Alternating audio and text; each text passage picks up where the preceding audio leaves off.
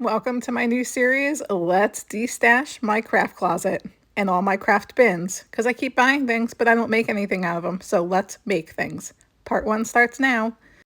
Years ago, I was in a sea glassing group in New Jersey, and a woman made these beautiful little ornaments out of beach sand and glue. So of course you have to buy beach sand because you don't want it to smell, and plus it's really not cool to take it off the beach. So you mix it up with a little bit of Elmer's glue, just enough that it's sticky, and you can get it into this mold and press it down like wet sand. Then I'm going to bake it in the oven for about an hour and a half at 200 degrees until these are hard. So you do want a silicone bakeable mold to do this in.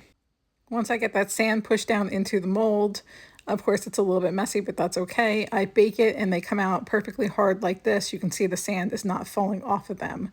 Now I'm going to take a non-toxic resin. It is a little bit more expensive than the resins that have that really toxic smell, but I don't like wearing all the safety gear with them and having that toxic fumes around my eyes and my lungs. These are shark's teeth that I find on the local Venice beach here. We're the shark's tooth capital of the world, along with some shells and sea glass. Now I'm going to take my resin. I'm going to put 4 ounces of each kind together, and you mix it for about 2 minutes, trying not to make bubbles in that resin.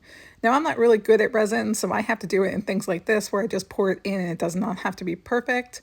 I've never had too much success with it, so we're just pouring it in and letting it soak through that sand. You can kind of see it bubbling up. So as I go along and start adding my shells, I will add a little bit more resin as it sinks down into that mold. So I want to get those shark's teeth down first so they're encased in the resin on top of the sand.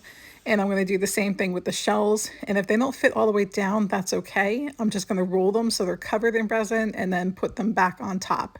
But I don't mind that they are going to stick out a little bit. Then I'm going to let this cure for 24 hours, and I'm sure I'm going to have to sand off the edges of these with my Dremel.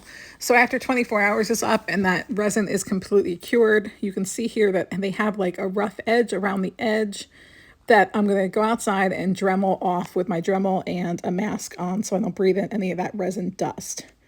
But once it's done, those edges will be nice and smooth, and then I'll figure out if I'm just going to give them away like this or if I'm going to try to hang them somehow.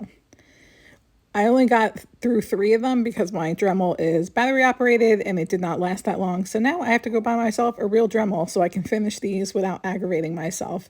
But I love how they look with those smooth edges and the pieces in between.